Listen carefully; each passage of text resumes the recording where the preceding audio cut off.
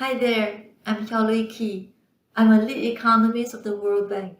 I work in the trade team of the research department. I mainly study trade issues related to trade policies and global value chains.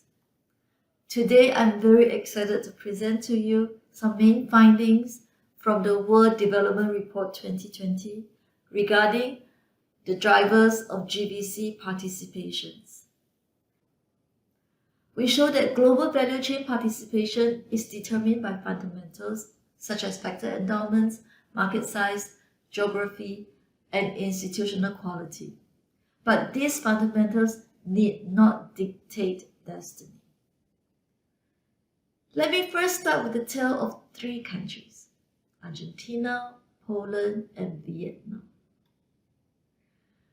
In the early 1990s, Argentina tried to develop a homegrown auto industry, hiding behind an average tariff of more than 13%.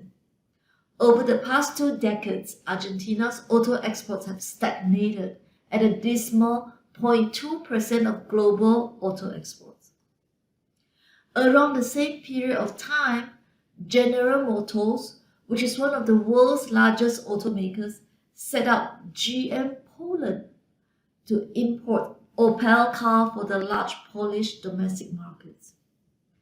In 1994, production activities of GM Poland started, and today Poland is one of the world's major auto exporting countries. Similar to the auto industry in Poland, Vietnam's electronics sector expanded sharply in less than 1 decade.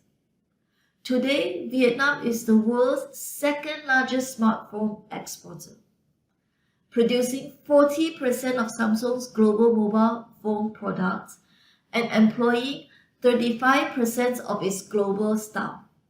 10 years ago, Vietnam barely exported electronics products. What sets Argentina, Poland, and Vietnam apart is their very different participation in global value chains, or what we call GVCs. In fact, the meteoric rises of Poland and Vietnam and the faltering of Argentina are not unique. China's WTO accession in 2001 ushered a new wave of GVCs which give rise to Factory Asia, while a large part of Africa, South Asia, and Latin America is being left behind with very little integration into GVCs. What factors determine GVC participation across countries? Do factors that affect traditional trade have differential impacts on GVC trade? These are the questions we try to answer today. I will present to you the answer regarding determinants of GVC participation based on empirical evidence stemmed from a panel dataset covering more than 100 countries over the past 3 decades. The time period is chosen to reflect the growing international fragmentation of production, and the sample includes countries in all geographical regions and in all stages of development. The strategy of our approach is to provide a unified empirical framework to test jointly the role of the different determinants highlighted in the literature as being important for trade in general or for GVC trade in particular. We focus on widely used measures of backward GVC participation, mainly drawing on the EORA database, which capture the import content of exports. That is, how much imported materials are used in countries' exports. We consider 7 broad types of determinants emphasized in the trade literature, namely factor endowments, geography, domestic industrial capacity, trade policy and foreign direct investment inflow, institutional quality, connectivity, and macroeconomic factors. Our results show that the key determinants of backward GVC participation in the order of importance are factor endowments, geographical location, political stability, tariffs and FDI inflows, and domestic industrial capacity. Our findings are robust to the inclusion of alternative determinants and controls. Moreover, broad sectoral analysis suggests that the overall findings are largely driven by manufacturing sector. Our analysis also shows that most determinants have larger impact on GVC trade than on traditional trade. Now let me elaborate a bit on each of these drivers of GVC participation. First is factor endowments.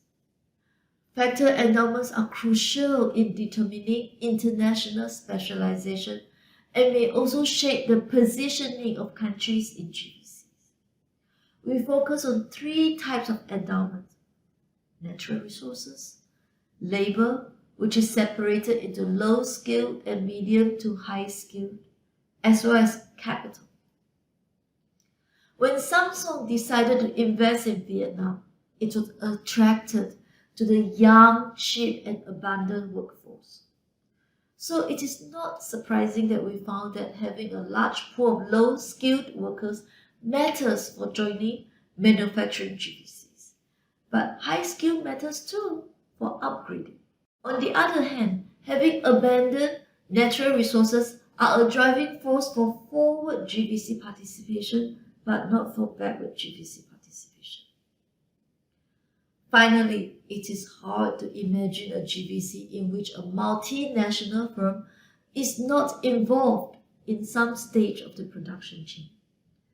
Think of the roles played by GM and Samsung in Poland and Vietnam.